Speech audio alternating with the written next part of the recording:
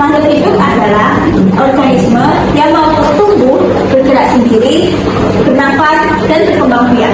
Sedangkan lingkungan adalah tempat tinggal makhluk hidup dan berinteraksi, yang dimana ada dua komponen, yaitu komponen hidup yang disebut biotik dan komponen tidak hidup yang disebut abiotik. Ekosistem adalah struktur makhluk hidup yang saling berinteraksi dengan lingkungan sekitarnya. Terdapat dua komponen dalam ekosistem. Yang pertama, komponen biotik seperti tumbuhan sebagai produsen, hewan sebagai konsumen, komponen sebagai dekomposer. Selanjutnya, komponen abiotik seperti tanah, air, udara, suhu, dan matahari.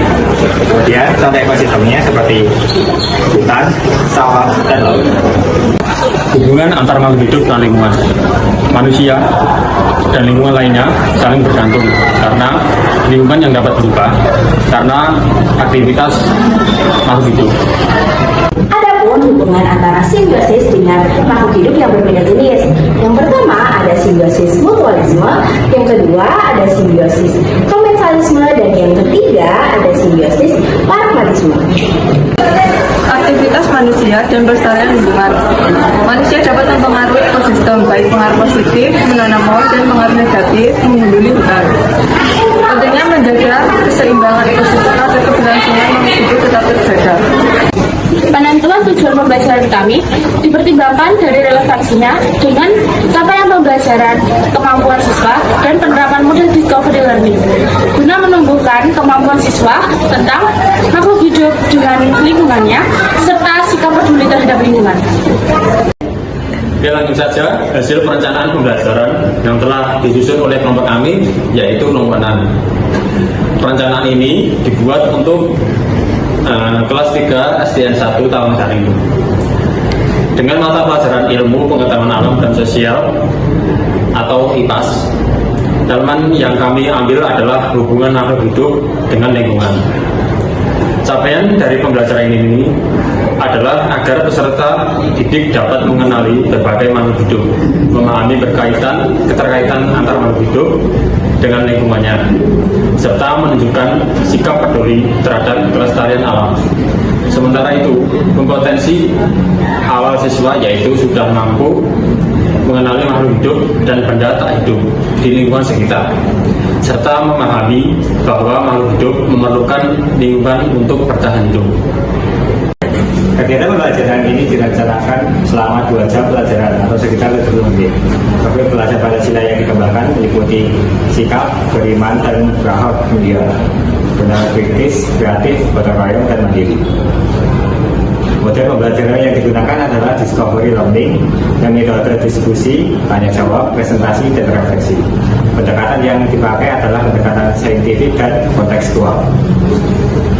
Sarana dan prasarana yang digunakan antara lain kurikulum merdeka, media tumbuhan, KPD, buku guru dan siswa, serta sumber pengajar tambahan seperti video edukatif, menjaga alam bersama, dan media visual tentang lingkungan.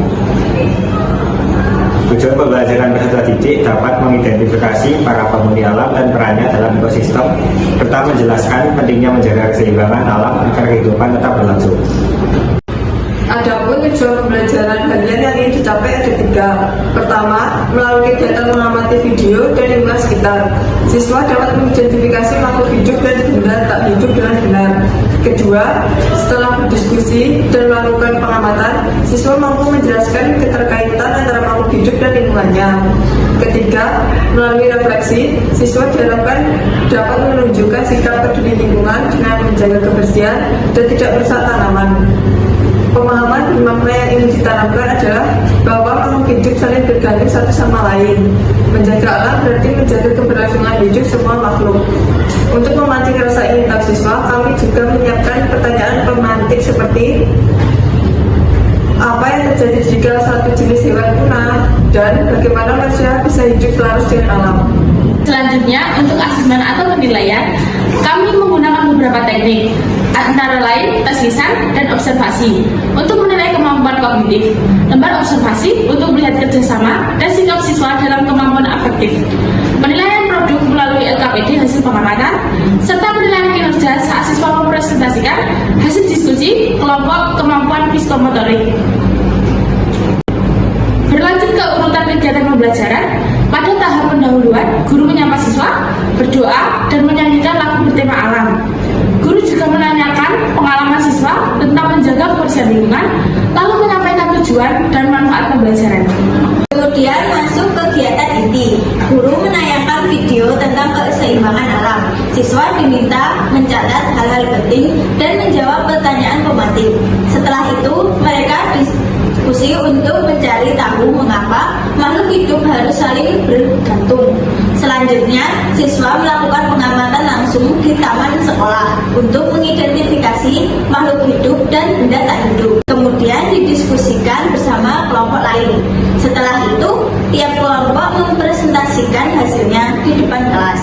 Guru memberikan umpan balik dan membantu siswa menarik kesimpulan tentang peran makhluk hidup dan dalam ekosistem.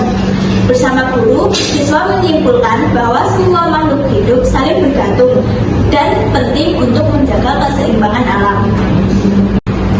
Di tahap penutup, guru dan siswa melakukan refleksi bersama tentang apa yang sudah dipelajari. Kemudian, siswa diberi tugas rumah untuk membuat gambar bertema aku dan alam sekitarku.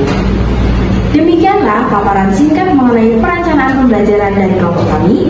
Intinya, pembelajaran ini tidak hanya mengajarkan pengetahuan, tetapi juga menanamkan sikap peduli dan tanggung jawab terhadap lingkungan sekitar.